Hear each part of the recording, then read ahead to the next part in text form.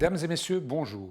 Je suis heureux d'accueillir aujourd'hui comme invitée de votre émission Europe-Afrique, Madame Fathia Saïdi, sénatrice honoraire, auteure et féministe engagée.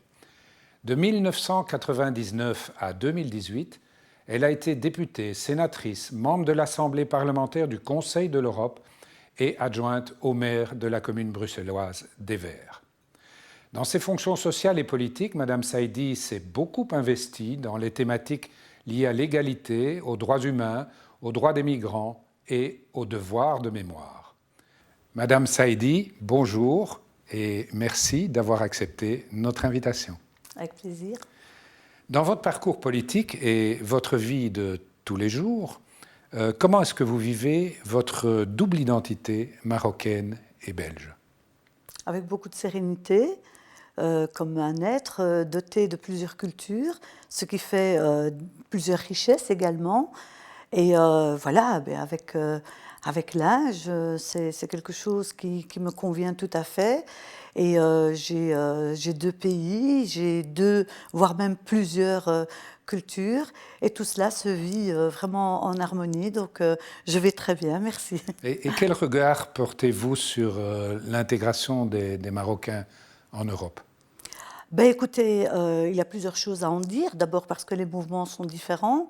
Il y a des populations qui sont installées comme ma génération, par exemple, depuis plus de 5 décennies, donc ce qui fait tout de même un moment important.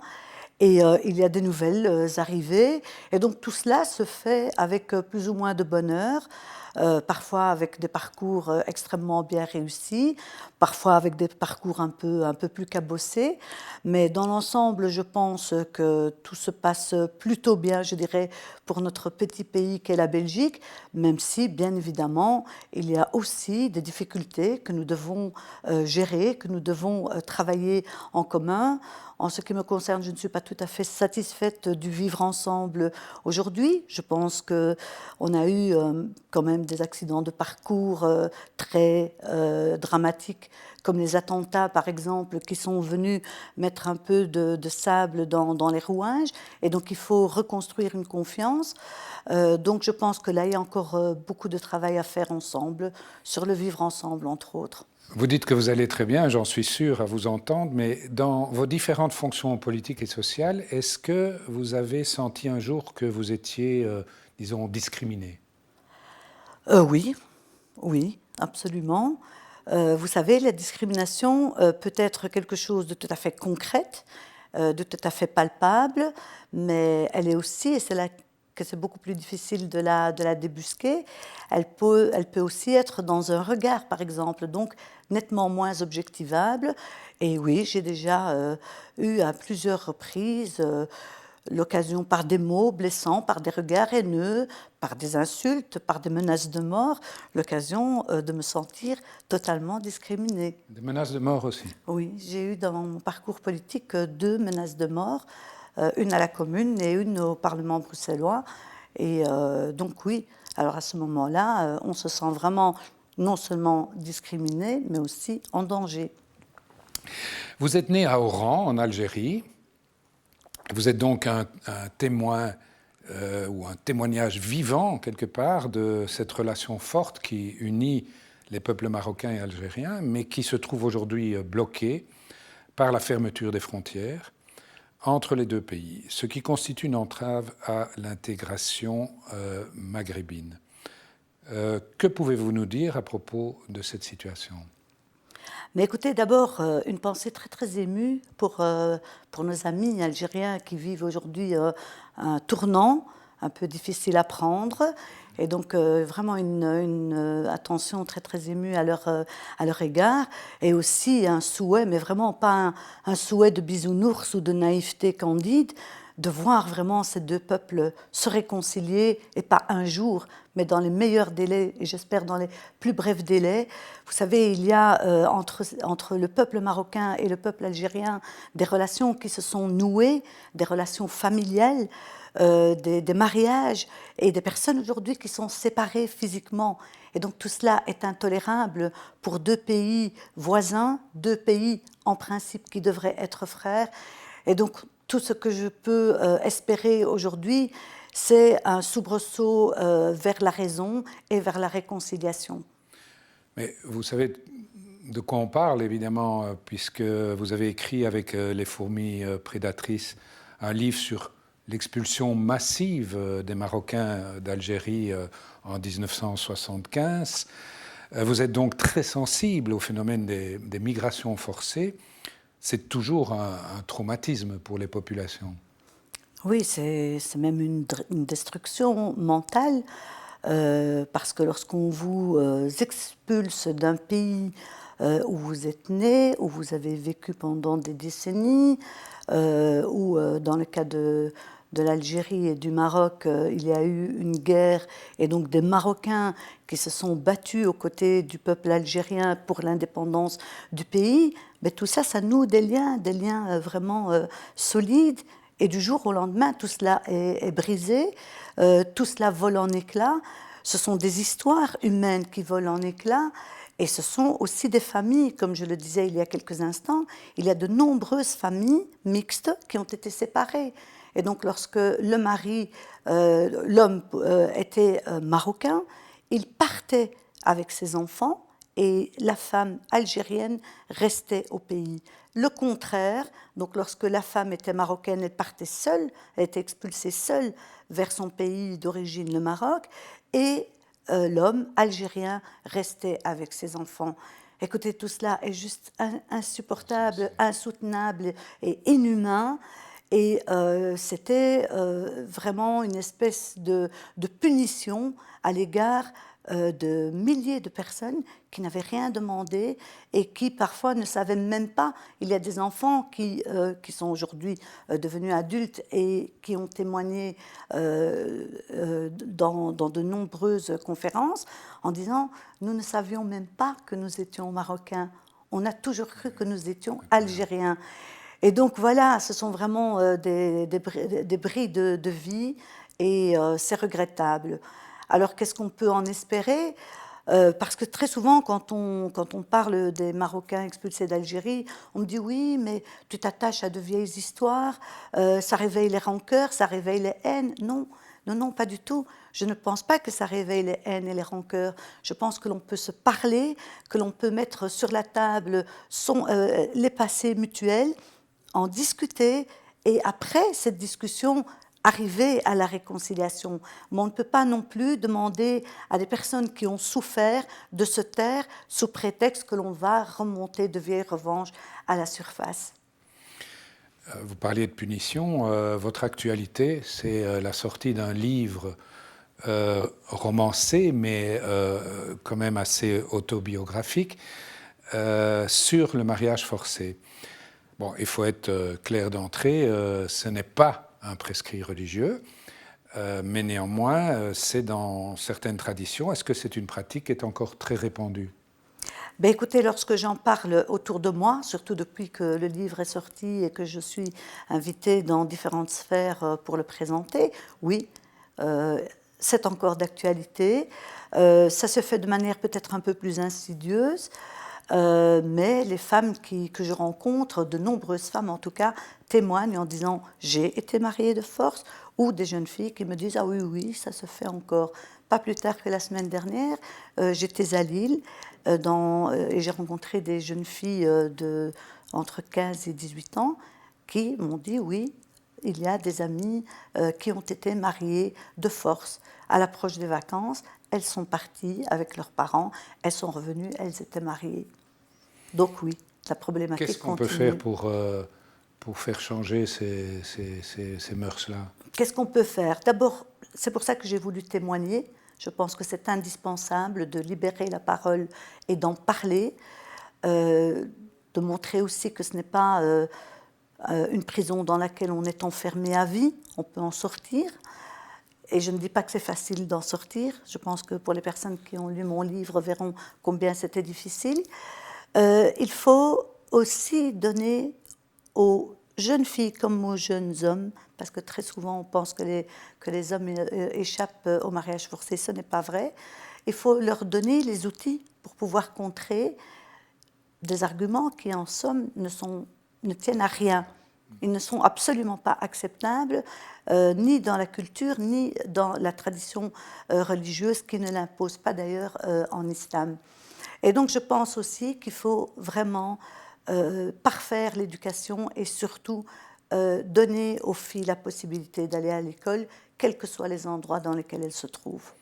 Est-ce qu'il y a d'autres pratiques conservatrices, pour ne pas dire d'un autre temps, qui sont contestées aujourd'hui par les populations modernes? Et est-ce que le poids des traditions n'écrase pas finalement les envies d'évolution? Oui, ça écrase en tout cas des individus, des individualités, des potentialités. On peut parler d'une autre pratique traditionnelle, qui est celle de l'excision, de toutes les mutilations génitales qui continuent de toucher des millions de petites filles à travers le monde. Comme sénatrice, vous avez agi dans ce domaine-là d'ailleurs. Oui, absolument. J'ai déposé une proposition de résolution au Parlement bruxellois déjà, et nous avons déposé également une proposition de loi avec mes collègues au Sénat en la matière. Et donc oui, ce sont des traditions qui brisent les vies, mais je pense que là aussi, il faut continuer à sensibiliser les populations. Alors justement, dans le cadre de ce travail politique que nous avons fait, il y a un médecin français qui est venu nous voir et qui nous a parlé des exciseuses en disant, nous, en tant qu'Européens, qui avons des partenariats avec les pays d'Afrique, nous devons absolument penser à la conversion ou à la reconversion des exciseuses. Pour nous, Belges, on ne s'attendait pas du tout à cela. Et donc, le fait de continuer à parler, le fait de continuer à chercher, le fait de soutenir des associations, comme en Belgique, par exemple, nous avons le GAMS, qui continue de militer contre ces pratiques qui sont vraiment des pratiques inhumaines, et on peut pratiquement parler de torture et de toute façon d'atteinte à l'intégrité physique des petites filles. Donc il faut continuer à travailler tant que ces discriminations continuent de subsister. Nous allons faire une petite interruption. Nous nous retrouvons après la pause. Vous êtes une belgo-marocaine engagée.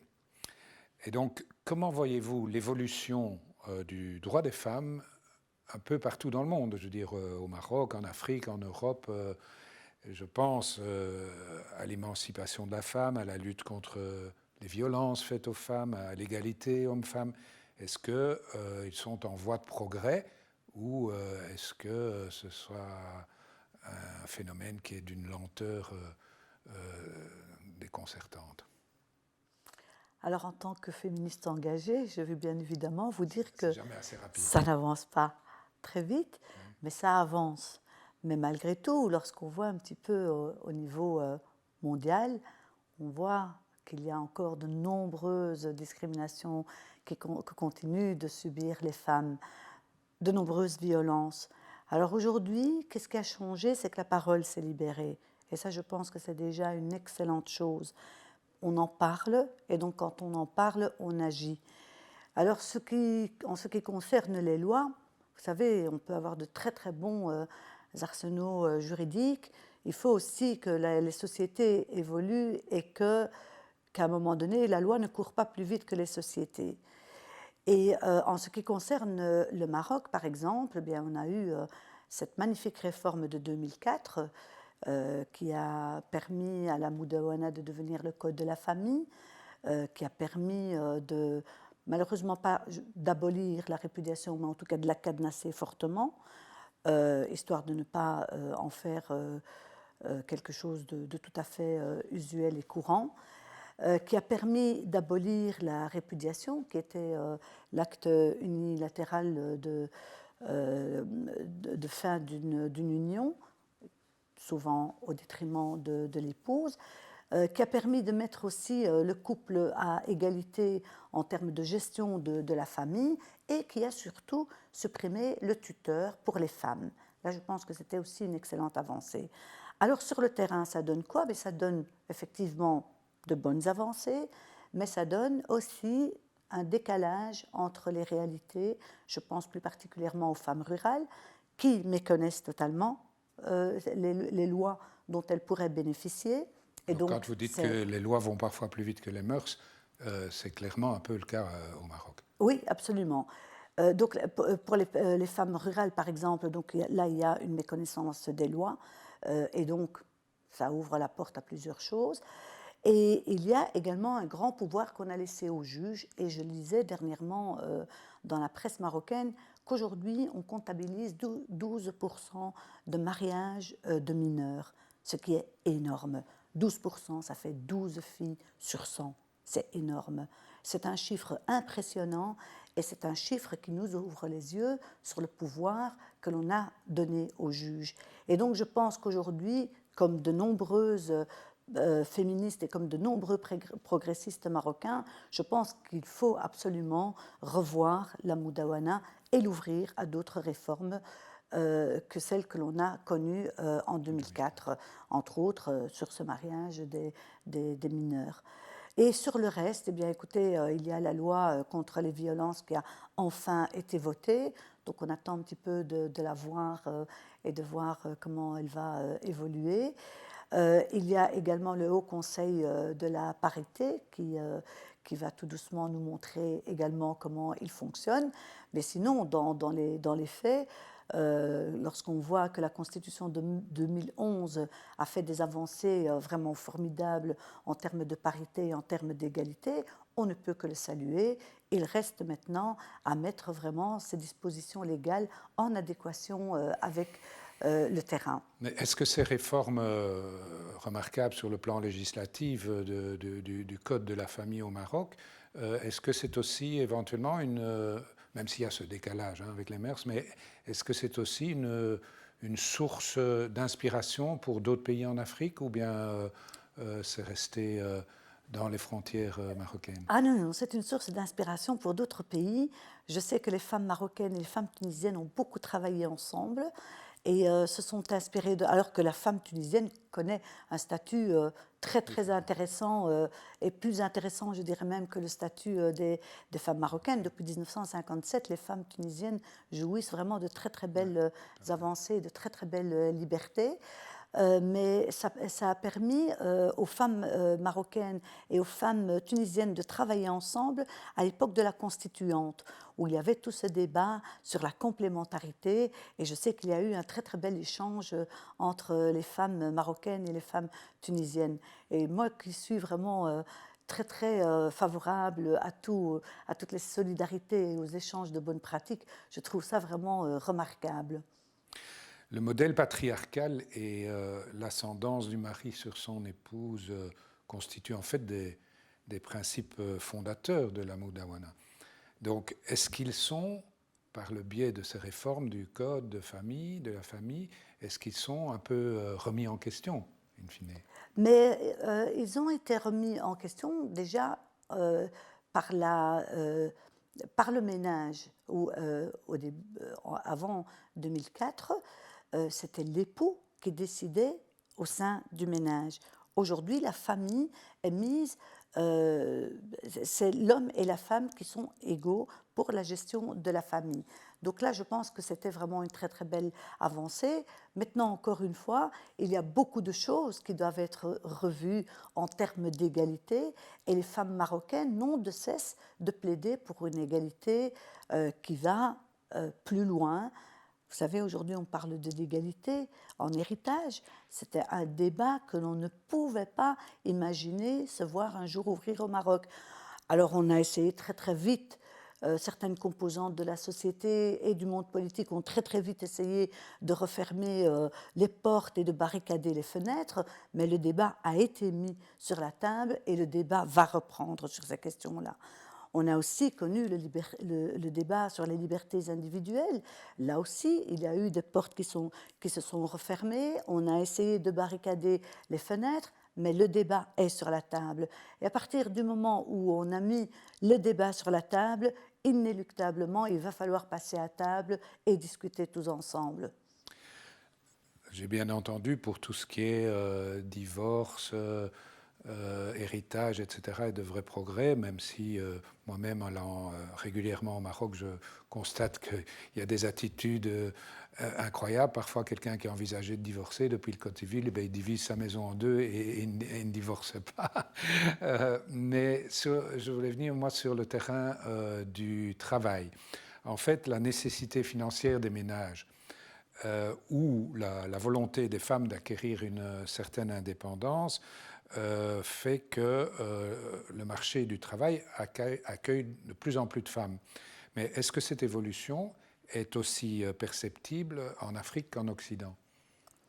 Écoutez, au niveau de l'entrepreneuriat au Maroc, je sais que les personnes qui travaillent dans ce domaine-là ne sont pas encore fort satisfaits des chiffres. Je ne peux pas vous citer les chiffres de mémoire, mais pour avoir été à Rabat la semaine dernière dans le cadre de la coopération au développement où nous avons travaillé avec l'ambassade de Belgique, les personnes qui étaient présentes, les personnes marocaines qui étaient présentes, nous parlaient en termes de frustration encore de l'accès à l'emploi des femmes. Et donc il y a là encore une niche qui reste à développer et à travailler. Il y a encore aussi l'accès à l'éducation. Toutes les petites filles, par exemple, ne vont pas à l'école. Et si elles y vont, à un moment donné, et là encore je parle surtout des zones rurales, à un moment donné, les parents les empêchent d'aller à l'école parce que c'est trop loin, parce qu'il faut prendre un autobus, parce qu'il faut rentrer et en hiver il fait trop sombre et donc ils ont peur pour les gamines. Donc là aussi, il y a encore des choses à parfaire. Et donc qui dit éducation, bien évidemment, dit aussi accès à l'emploi. Et il y a aussi toujours cet équilibre entre la famille. Et là, c'est en termes aussi d'égalité que l'on doit réfléchir à l'ensemble, parce que ce n'est pas parce que la femme travaille que toute la charge mentale doit reposer sur ses épaules. Et c'est encore très souvent le cas. Vous avez parlé de la libération de la parole, ce qui est très important, mais l'affaire Weinstein a aussi libéré la parole des femmes face au harcèlement sexuel qu'elles subissent de la part des hommes. Qu'est-ce que vous pensez du mouvement #MeToo?